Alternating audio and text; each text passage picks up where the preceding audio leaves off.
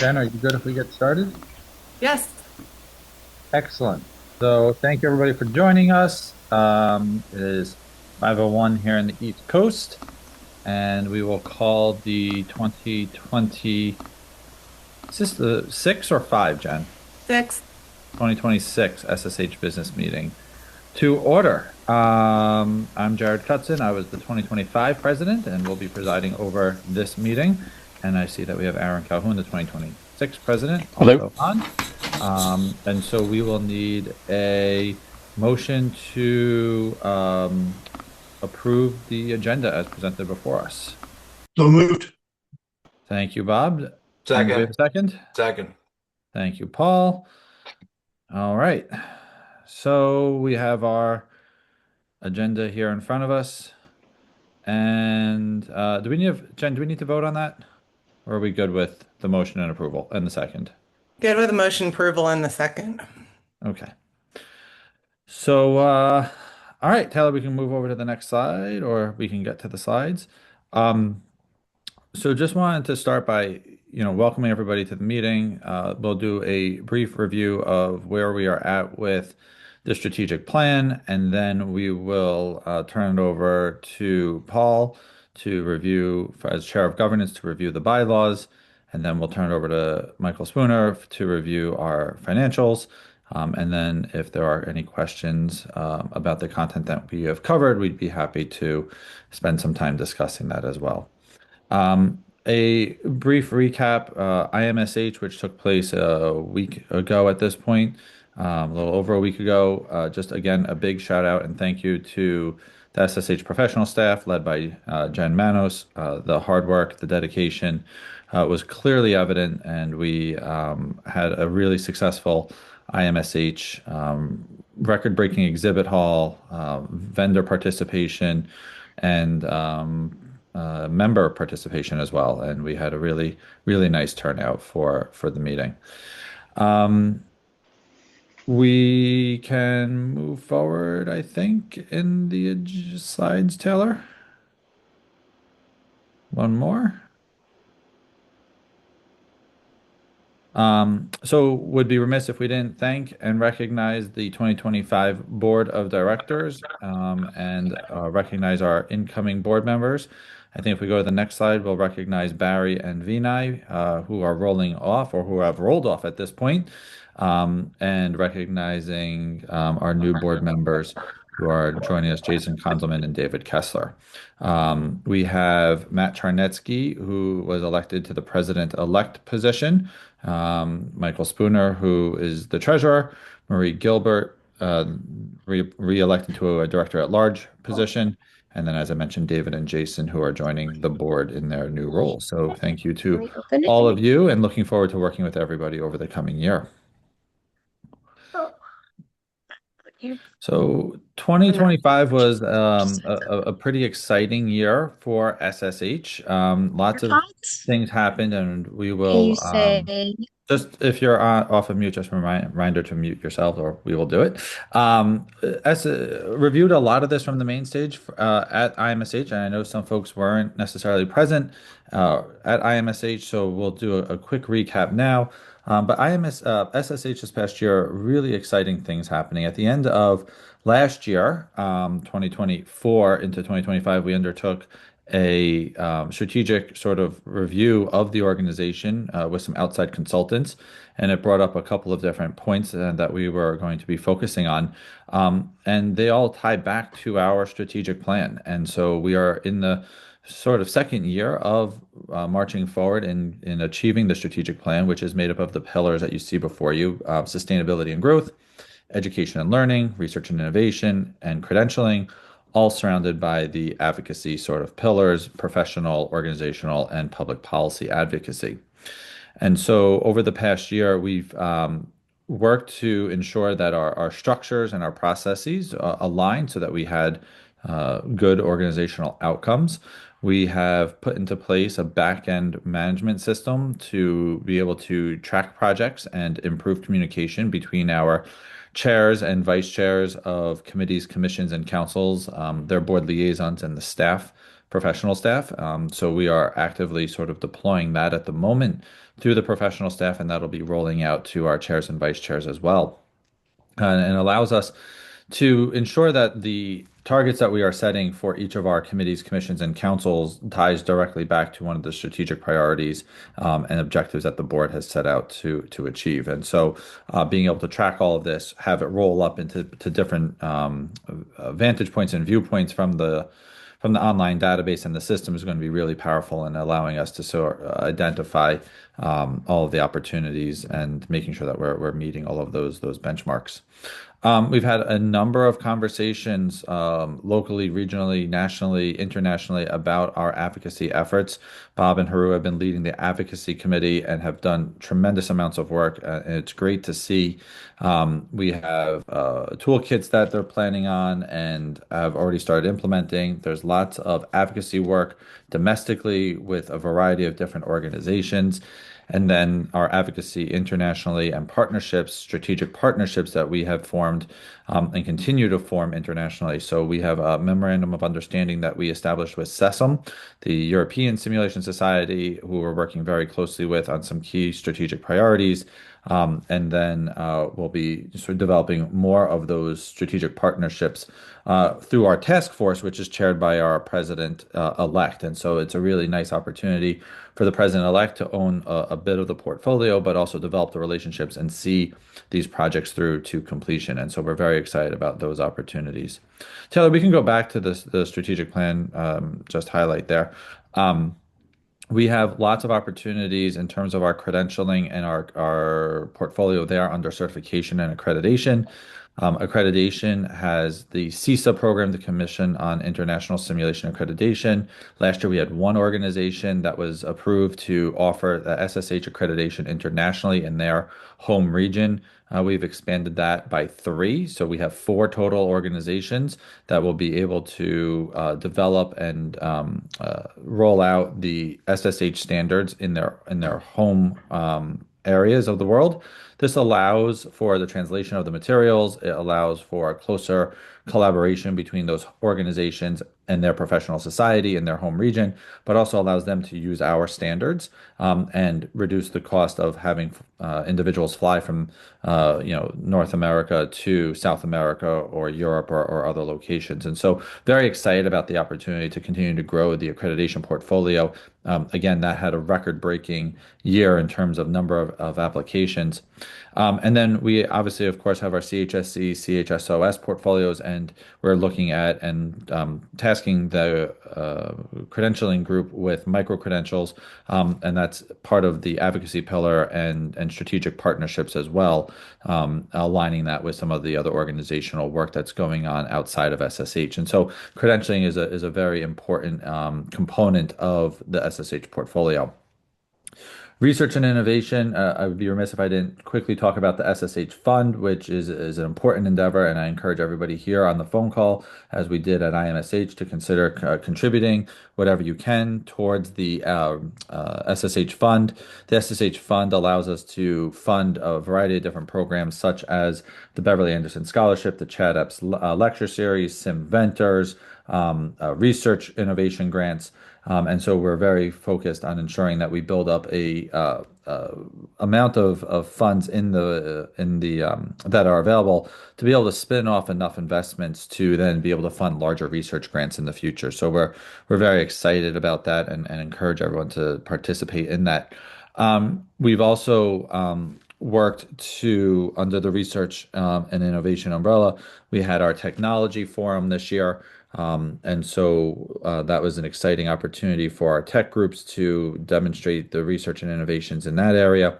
And so we are full steam ahead in looking at ways to partner with other organizations and ensure that we have the ability to fund the research and innovation that's going to lead and demonstrate the value that simulation adds to the community. I briefly touched about IMSH. We had great numbers this year. You'll hear about that in a little bit. IMSH, SimOps also, we are taking a more focused approach to curating sites for SimOps. As you all probably know, IMSH is planned many, many, many years in advance, but SimOps is an opportunity for us to bring our meetings to more local communities, and so a little bit more of a curated approach going forward versus the open calls. And then the other thing which I mentioned at IMSH, but again for the folks who weren't there, next year will be our last year in New Orleans, Louisiana. We will be shifting that site to Phoenix, Arizona in the future. So we will be in California, Arizona, Texas, and Florida as our primary sites for the upcoming IMSH meetings. Um, Lots of opportunities with our new learning management system to offer continuing education units and other educational programming. So, education and learning, again, a strong pillar moving forward. And then sustainability and growth is obviously we talked about the back end systems and processes, making sure that we have the structures and processes in place that allow us to be able to meet all of the growing demand that we have. And so that's something we're going to be continuing to look at in the future. Also, just wanted to mention some of the new things that we did at IMSH, and some of you may have taken advantage of it. And if you haven't taken it, if you were there and didn't take advantage of it, it's not too late. But this year we were able to translate IMSH into, I think it was 200 plus languages on site through an app that was being used. And so you walked into a room, scanned a QR code, and it would translate it right onto your phone for you. Saw lots of folks. One of the days we were in the plenary hall, turned around, the 9 people sitting behind us were all utilizing the app to follow along. It was really just great to see. And then, if you haven't taken part in the streaming service that we used, Photier, all of our professional, not all, but a vast majority of our professional photography pictures taken by our photographers who have been at IMSH for years have been uploaded into Photier. You're able to upload your own photo into that, and it uses AI and facial recognition to tag you in the photos so that you don't have to sift through 2,000 different photos, and you get access to the photos that you are captured in. Sometimes you're front and center, and sometimes you're in the background with 100 other people. But I've over the last couple of days have seen so many posts online from IMSH, and people are utilizing those photos that they've been able to download from the Photier app, and it's just a great way to expand the footprint of IMSH and SSH, but also give back to the community so that you have access to the photos, the professional photos that were taken there. So that's just a little bit about where we're going and what we've done, and in terms of some of the pillars of the strategic plan. And so I will stop there. I'll be happy to answer questions or have further conversation about it. But I think the next slide is going to throw this over to Paul Frampus, our governance committee chair, to talk about the bylaws.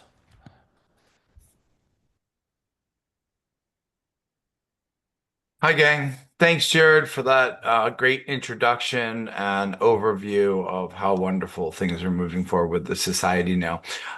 It's very exciting. Now we'll shift to bylaws, which is equally exciting. Um, for those of you that I don't know, I'm Paul Frampus. I'm from the University of Pittsburgh. I'm the actually outgoing chair of the governance committee. I've been chair for quite some time, and this year is transitioning to Robin Wooten, who will take over for next year. And I want to thank all of the committee members that are on the screen right now, some of which are relatively new to the Bylaws Committee, and many of which we've been in the trenches together for a bunch of years and do a phenomenal amount of work in kind of the back office stuff that helps the society move forward.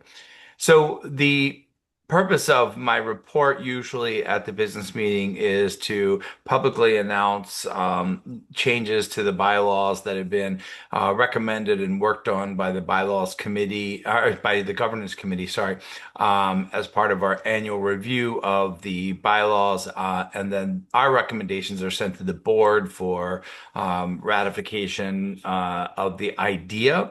And then to make bylaws changes, it gets presented to the membership. There's a period of open comment and review, and then a voting process.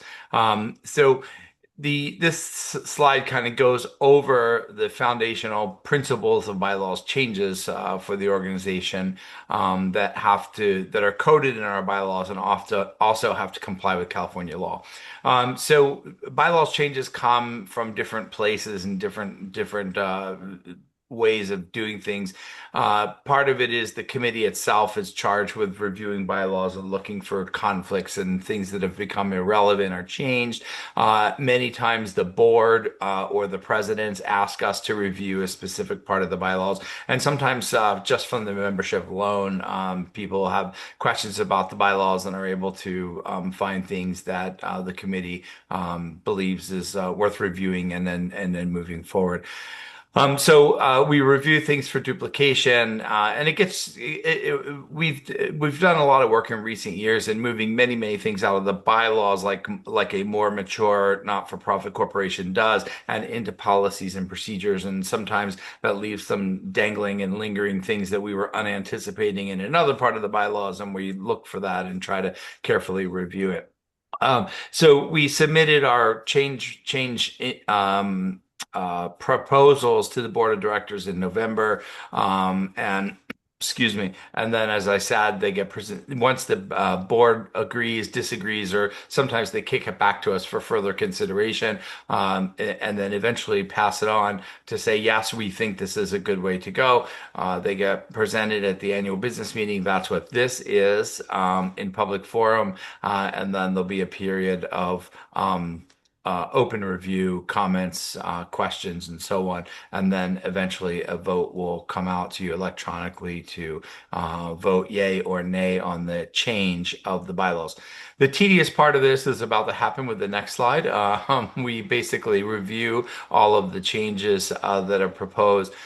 In all but the last slide here, in the left panel, you'll see the existing language, the way the bylaws are written today, and basically on the right panel is the prospective change, and then we've created a rationale on the bottom to talk about why the change is there. So the first one is about nominating of the board of directors to have been active members of the society for at least 2 consecutive years.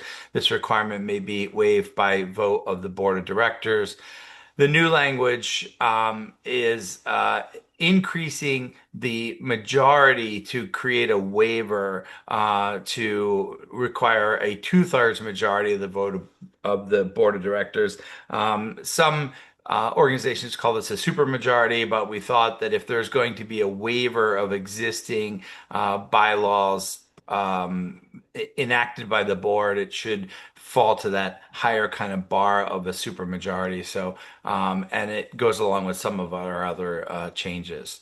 The next one is regarding corporate counsel. The corporate representative will be 1 year appointment to serve by the chair of the corporate roundtable or a representative selected by the corporate roundtable and approved by the executive committee. No person shall serve consecutively for more than 2 years.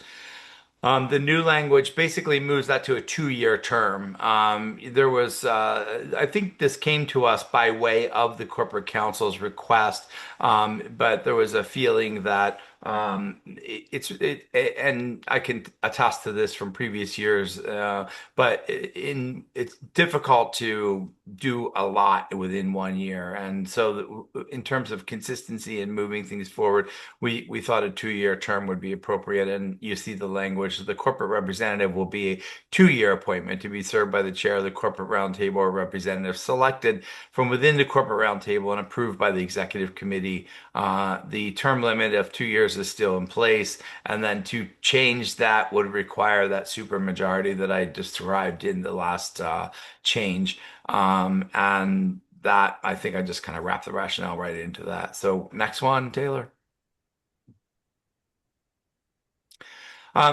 This one's a little a little complicated in terms of mapping it out. I always feel like to explain this when I want to have a separate set of slides. That's just the educator in me that goes piece by piece by piece.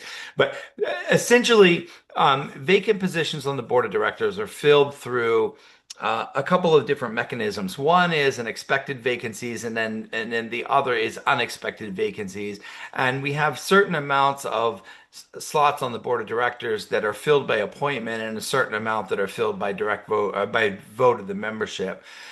This one cleans up a little bit of challenging situations that can occur. In the event of a vacant position on the board of directors, the president, with the majority approval of the board, shall appoint an eligible society member to fill the position for the remainder of the original term of the position.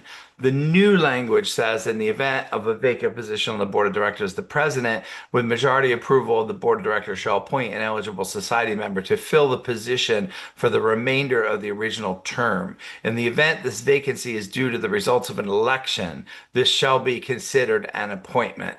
And it sounds like confusing language, but we can end up with a empty slot on the board because somebody on the board was elected to do another position on the board.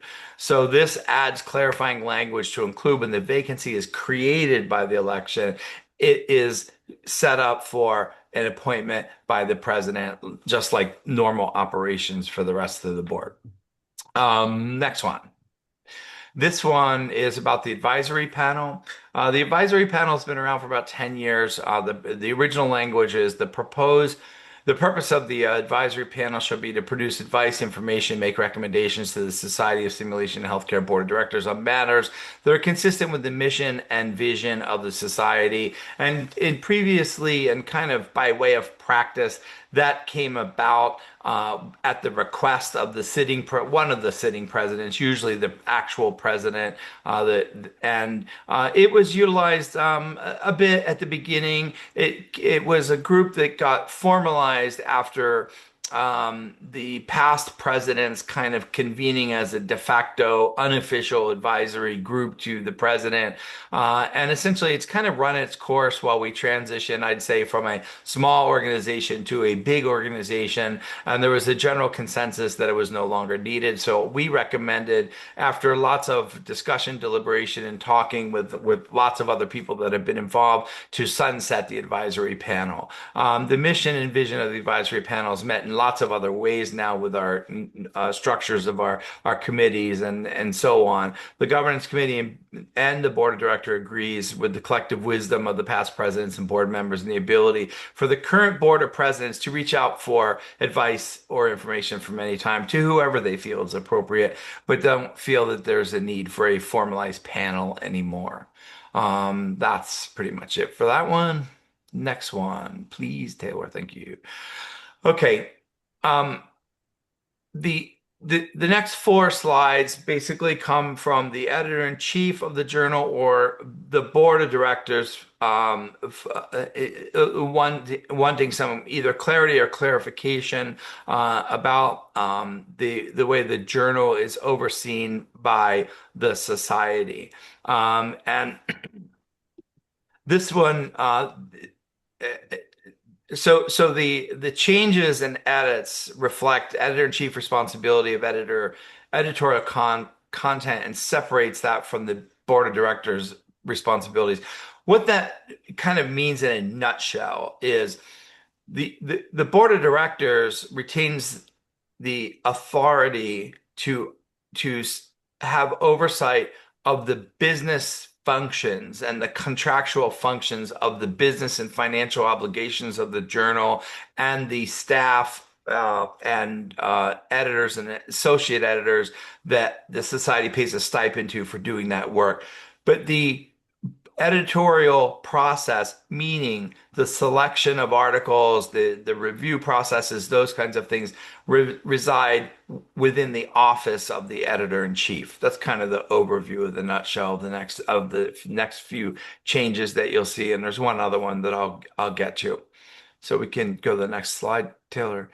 So the first one, the board of directors shall have the authority to direct the editor-in-chief's accordance with the society's philosophy and goals. Should a question of authority over journal-related decisions be in dispute between the board of directors and the editor-in-chief, the board of directors shall prevail. That's the language as it is today. The new language is the board of directors shall have the authority to direct the EIC in matters of financial stewardship in accordance with the society's approved policies. All decisions regarding publication content and review for scholarly merit shall lie solely with the EIC.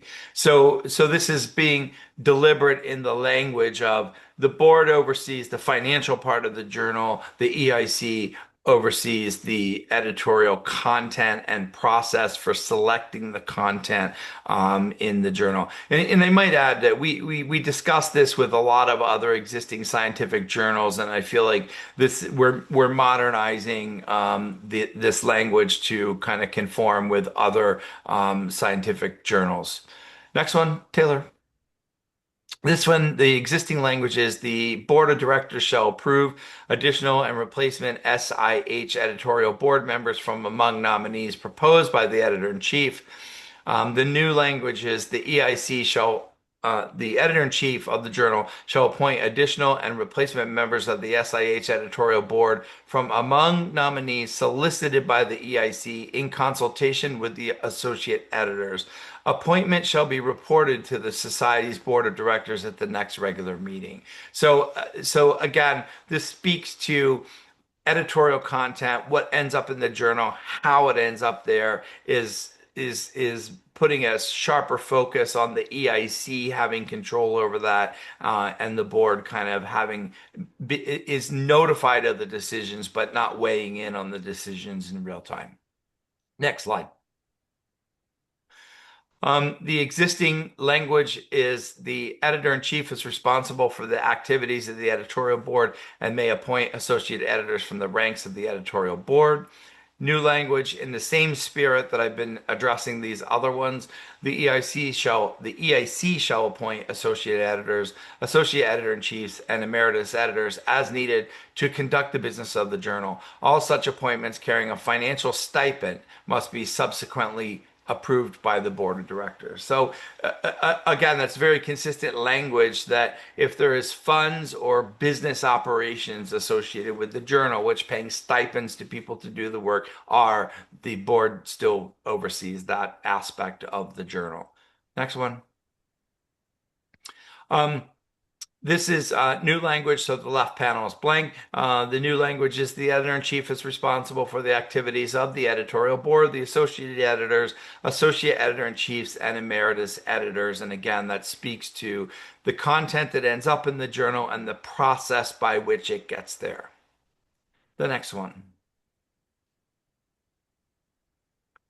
This one is a little bit different. It is creating an international liaison council on simulation.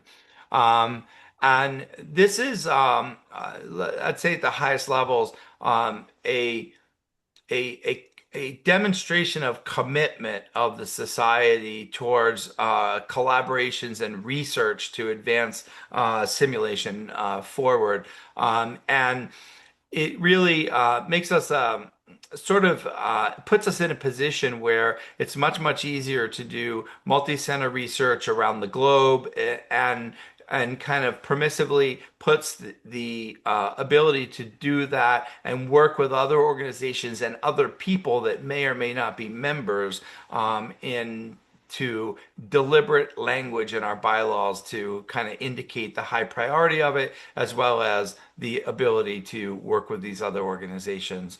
So this is a long one, but the ILCOS is a council of SSH shall be responsible for conducting ongoing reviews of available evidence that encompass breadth of simulation research, developing and updating evidence-based reviews of science using rigorous consensus process and disseminating synthesis of the available scientific evidence to the larger simulation community. And then drilling down a little bit more on the core objectives. Number one, the ILCOS, or International Liaison Council on Simulation, shall be responsible for decisions involving membership, areas of research focus, research and consensus methodology, quality of evidence, and final content of all of its products. The second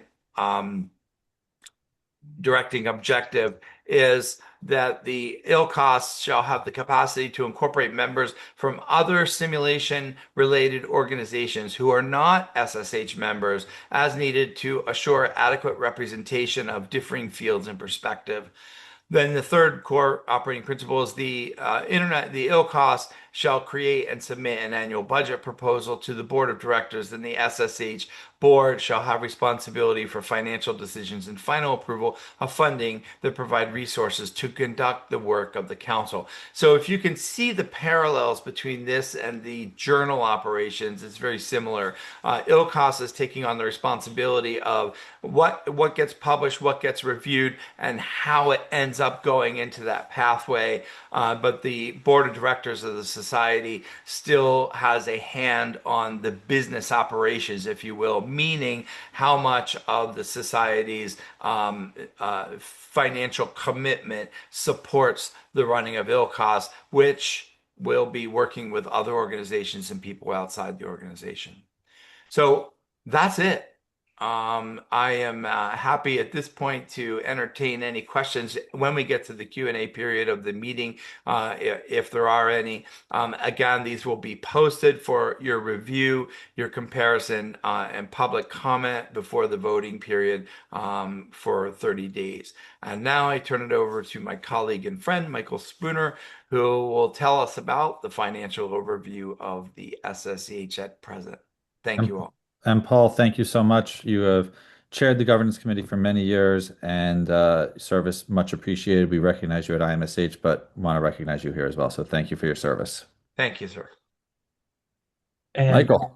yeah, and thanks, Paul, for handing over the baton. And I know in the spirit of excitement, we've heard a lot of excitement at this meeting. So now I get to continue that trend with the excitement of the financial numbers of the society. So I'm sure that will be a little segue to this. So I'll go through this and hopefully make this as interesting as possible. And then, of course, we'll be open to any questions, just like everybody else, as we get to the end of the meeting.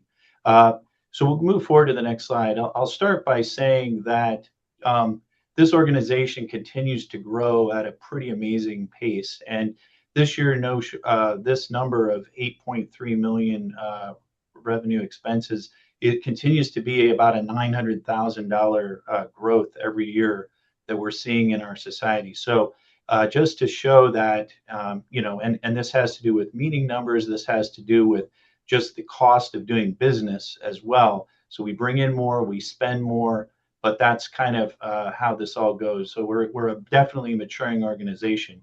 We're also happy to report we continue to put a priority on ensuring that we show positive numbers and not necessarily huge numbers, but we want to make sure we're showing balanced budgets, or at least the board feels very strongly that if we don't show balanced budgets, we have a very good reason for why we shouldn't be, meeting that goal. Next slide. So what you'll see now is our current this is financial status as of the end of the fiscal year. We in the society do our management on a fiscal year that ends June 30th.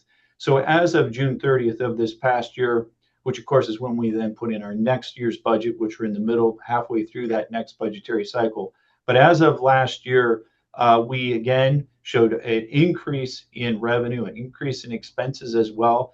These numbers were above even what we budgeted. Some of the reasons behind that are, just expansion of the meeting. One thing you'll see is that a lot of our budget is dependent upon the meeting itself. A lot of the increase in expenses also could be attributed to the fact that meetings cost more with the growing inflation, as we all are so aware of. We also had a good year in terms of our financial investments, and we'll talk about that. That is definitely a great advantage to our society. It's forming a nice financial backbone so we can withstand a lot of any turbulence. Really, most of the turbulence we're seeing, we're pretty good shape to be able to withstand a lot of that with our investment backbone. And also, you can see on this screen, our cash on hand is still very good. We try to maintain, and organizations our size want to maintain about 90 days of cash on hand, and we're basically sitting right at that point, which also accounts for about a 25% operating reserve ratio, which is just, again, cash that we can have on hand in case something happens. We have that ability to handle those fluxes. And our organization does go through a lot of expansions and contraction through the year. We're actually right now in a point of contraction because post IMSH, the bills come due or have come due. But we recognize all that revenue that we saw, so we start kind of seeing everything level out about February or so. But we've had it's a good year, and our reserve is by actual numbers up a little bit, even compared to where we were last year. So this is a good thing. Next slide. So just this again shows that growth that I was talking about, and I'm going to show it or talk about it here in another slide. But and again, during we did have a couple of lost years as we came out of COVID, which many of you recall, and we needed that to get us kind of back on our feet. But we are now showing pretty much balanced net income. 100,000 for our organization is basically kind of a balance. So a net revenue of 1.2% is good, but we want to keep it that way. We certainly are aware of this next thing, which is IMSH, because one thing I'll point out on one of my next slides is about 60% of our society depends on how we do at IMSH. So it's why it's on this slide. So you'll see that revenue over expenses this is from last year. I'm going to go back real quick for that last slide, please. Yeah. You'll see that our net revenue margin, again, from last year for IMSH was down a little bit to 23%. Before COVID, we were seeing, about closer to 30% revenue net margins for IMSH. And we recognize that is starting to trend down with the higher food and beverage and hotel and all those expenses. So that's why we did need to bump the rates up a little bit to help us balance that out. But so we'll probably see that percentage hopefully go up a little bit this next year, get it back up closer to around 25 to 30% net margin on IMSH, which is again where our society really maintains a lot of its financial health. Next slide now. So this just, again, I'm just continue to point out this steady growth. And this is a slide that I showed last year. I didn't update it this year, but it does show that sort of steady growth that we've seen. And this year's, if I put on this graph, those numbers would continue to trend up in the same slope that we see really in this year, up now greater than we're up around 8.3 million. Next slide, please. This again is what I was pointing to, and again, this is a slide I used last year as well, but it does show that pretty similar what we would see if you look on the right-hand bar. You'll see that we do 60% of the revenue does come from IMSH. A much smaller portion comes from our membership dues. We do that sort of purposefully because we want to level out the financial burdens to all of our different multidisciplines who make up our society. And we know that membership, we don't want to overstrain people for that, but we do know that we need to make money. And the IMSH is a very important product for our society. Accreditation makes up a smaller percent than one might think, but it is, and again, we pretty much cover our expenses, maybe a little bit more when it comes to that. But we do, that's a very important part of pushing simulation forward, is that accreditation aspect. Next slide. And then finally, so that's most of our financial health, but I do show our investments because I think, it's very important to understand when I talk about our financial backbone. And again, this is really a tribute to those who've gone before us, who really built up this financial, our investments, which have made us very strong. And again, as I said, to really be able to handle a lot of turbulence. If we had another COVID year, heaven forbid, I think, none of us ever, well, hopefully we never see it again. But if we did, we would, we are prepared to handle things that we weren't prepared for before because of this. Our beginning, we have seen some growth, as most people have seen in their investments, and our total market value now up to around 3.2 million in our current investment portfolio. And some of that was actual gains, but some of it was just unrealized gains as well. And then if you go on to the next slide, it'll show the breakout of our investments. which originally was sort of equally divided between bonds and stocks.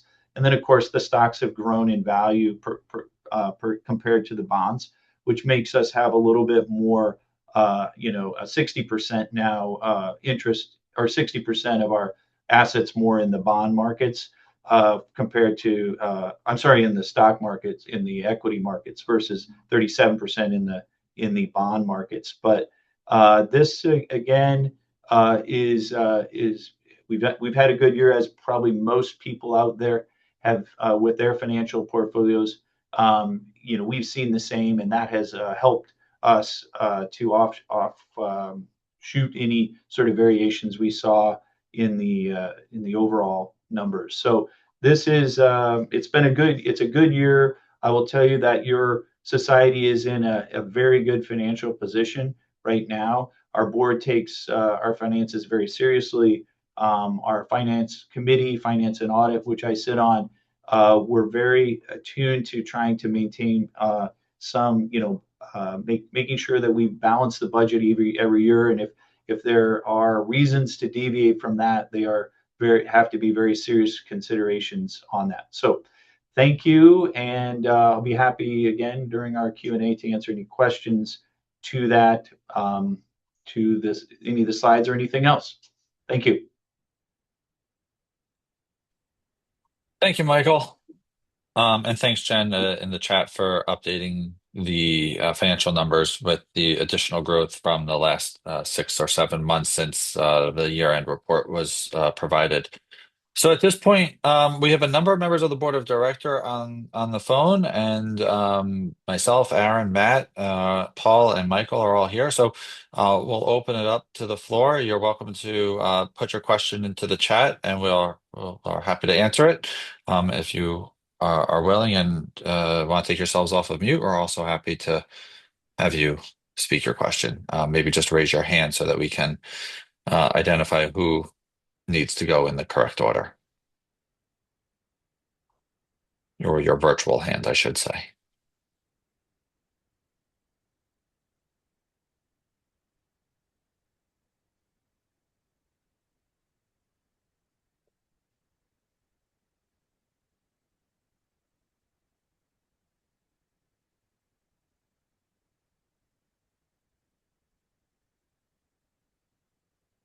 And then comes the fun part of the meeting where we will have to determine how long to wait to see if there are any questions. We should have planted a few.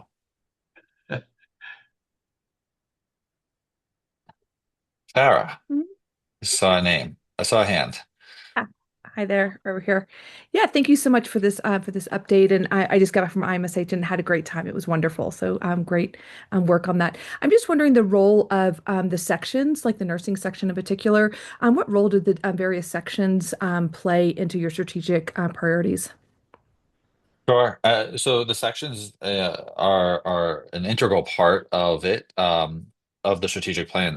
So I'll just sort of recount my own personal story from being involved with the nursing section when it went from a SIG to a section, and that's the growth component of the society. It's really the engagement with through the internal relations group. Well, sections are a little bit different, right? So sections report actually up through the board and can get a small funding stream directly from the board, but internal relations oversee the SIGs and the affinity groups and the other groups related to that. And so to me, it fills right into the gap of sustainability and growth and identification of the next generation of individuals to help lead the society, whether it's through IMSH or SIMOPS or committee chairs or whatnot. So, as a former nursing SIG/section chair, I think it's incredibly important to engage with the members. You're sort of the one who's dealing with a lot of those members up front, and allows the society to identify and develop the next generation of leaders. And I know Marie Gilbert, who leads the Ascend program, is on the phone, a member of the board of directors, and also a former chair of the nursing section. And so you can sort of see the trajectory of a number of folks who have come up through SIG sections, affinity groups, and sort of have been able to grow within and outside of the society. So it's super important. Can I add something? Jared, just Yeah. sorry, Aaron, I didn't mean to cut you off. Oh, go right ahead. I'm happy to come third. I think, Farah, one of the things that I've noticed over the last year, particularly, and again, I'm looking at this as a frame from a previous nursing section chair and an affinity group chair at the moment. The communication around the goals of the nursing, I'm going to use the nursing section, but the goals of the sections are more aligned with the strategic plan than they ever have been, because of the way that we have a system now of kind of linking all of the pieces together. So we have a software called Monday.com that we're beginning to use. So everything rolls up. I think, again, talking from my experience as a chair, sometimes I felt we were doing work and it was just going out in the ether. But now there's visual dashboards, and the work that the IRC does, overseeing all the sections and chairs, they have their own component on this. So my hope with this is the communication, two-way communication is going to be better, so that the great work that's going on out there is directly linked to the strategic plan, and vice versa. Everyone kind of knows what's going on. Great. I'll just add one thought too. One aspect of the sections is that a lot of them are very healthcare content specific. Like, I'm a member also of the critical care section, and so I think it provides a lot of opportunity for linking up with other healthcare communities and allowing us the opportunity to let them know about what we do. They can provide important linkage functions into those other groups, and so that's, I think, an aspirational goal that a lot of the sections can have, is begin to form some of those inter-society or inter-community linkages.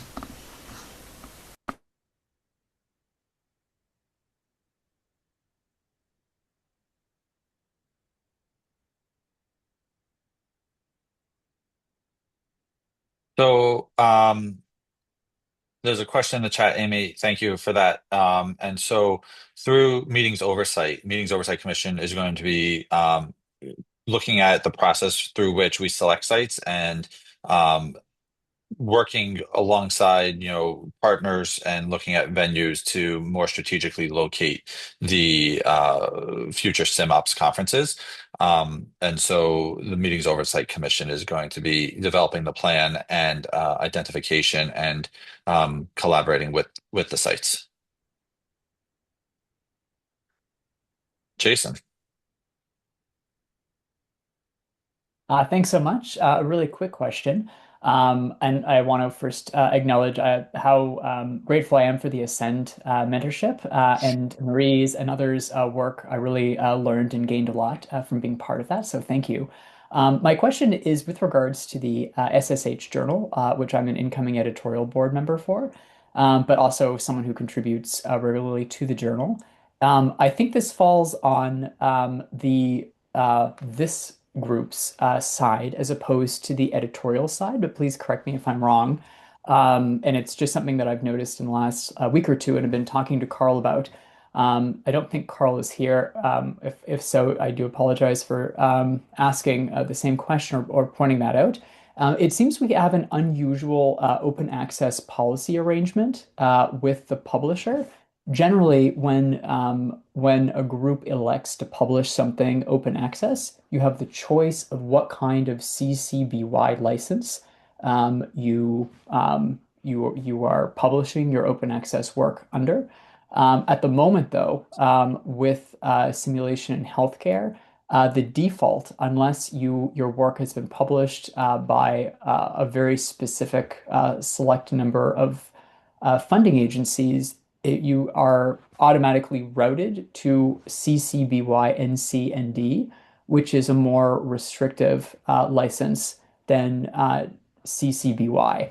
Like many people who are predominantly researchers, I've published very broadly, and am fairly used to going through open access agreements. And this was the first time I'd encountered something like this. I also discussed it with our copyright expert at McGill. And as a big R1 university, that was also something she actually hadn't encountered. So I just thought this might be something that could be worth bringing up, just because it's a little bit on the unusual side. And I think would be an easy fix. My recommendation, as I passed on to the journal, on Carl's side and to the publisher, was to give people the choice. Hopefully that's an appropriate thing to bring up. Again, thanks for your time. So I know Aaron took himself off of mute, so he'll chime in here.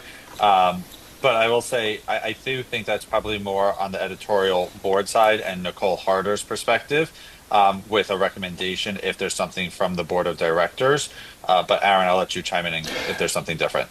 It's about the same. As associate editor in chief, I certainly would have no problem with that. I appreciate that perspective, and I think whatever we can do to keep pace with what is normal in the research community in terms of open access would be good. I think sending it to Nicole and Carl is the right way to go, and what can happen there is, if you could just CC me on that email too so I can keep track of it as well, Jason.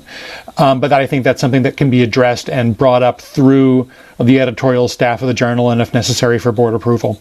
But I think you're going through the right path already, but I would encourage you to keep with that and to CC me so I can make sure that conversation continues. Thanks, Aaron. It was the financial part that made me think I'd been maybe going the wrong route. So thanks for confirming. Eventually it'll be a financial ask, but I think to have it kind of meditated on in the journal side of things and then come up as a specific question to the board is probably the most efficient way to use the current pathways. But I can tell you if it's financially feasible, I would definitely be open to it. So sounds great. Thank you so much. I see Betty's question about a possibility of presenting workshops in Spanish at the next IMSH, and possibility of interacting in Spanish. And I would just say to that, Betty, in the past we have had opportunities to present in other languages, and so we can certainly look at that. That'll be something the meetings oversight committee can take on, and the planning group can look at. And I think with the continued use of the translation services and apps, I think the opportunity to conduct, presentations in other languages is something that would just continue on. And so, yes. And it's good to see you, Betty. Ralph. Excuse me, sorry about that. I just kind of want to circle back to what Amy had said, in that you and I have had a few conversations, as well as some other board members, on this particular subject. I do want to kind of reiterate that the board and the ones that I have spoken to are absolutely concerned about those geopolitical issues. And I'm glad that Amy has brought it up, and I'm hoping that anybody else that has that concern, please bring it up. They are listening. They have listened. I will back the board up on that. And unfortunately, as Jared had explained to me, the decisions to have these locations have been made years in advance. So there isn't a turning on a dime for a lot of this stuff. And I don't want anybody to come away from this thinking that the silence or any thought of silence is what the board is not doing. They are doing things. Please speak to your board members. Jared has been open for any conversation. I've noticed that all the board members are open to any conversations.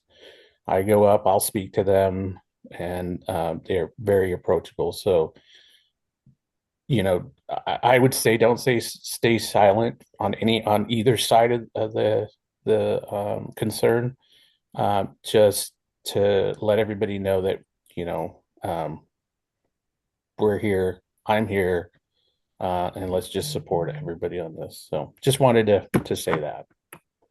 Yeah, thanks, Ralph. I appreciate that. And yeah, we've had multiple conversations about this, and I hope that while I don't have specifics, we've heard some of the concerns, and the Meetings Oversight Commission has been working on this and looking at it, and it's a challenging time. We've heard from our colleagues internationally about coming to conferences. We've heard folks from different parts of the country.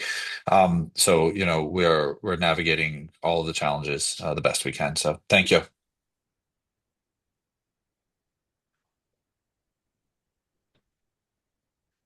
Any other questions? Whitney. Hello there. Good afternoon. I am curious what the board's opinion is about the timing of SimOps and SimGhosts, and if there is a strategic conversation about those two conferences that seem to have competing markets. Yeah, there's nothing from the board of directors at this point. We run our conference SimOps, and the focus is on providing the best event that we are capable of providing to the simulation operations community, and doing it in a more local venue. And so, while there may seem to be competing, we do work and sort of want to be cognizant that we don't want to be in the same place at the same time. Sometimes it happens, sometimes it doesn't. It happens with lots of conferences that we may overlap with. And so, but each conference is very, very attractive to the different audiences and serves a little bit of the different populations of folks. And so, we're still hosting SimOps as our plan for 2026 and the future. Thank you, Jared.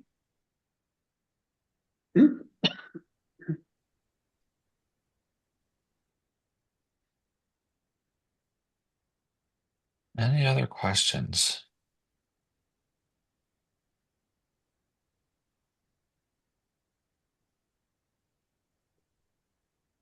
And Lance, thank you for sharing that in the chat. I saw that on LinkedIn the other day, about KCPV, and so sad news to hear about a member of our community, um, you know, um, passing away. And so our thoughts and prayers are with his organization and his family.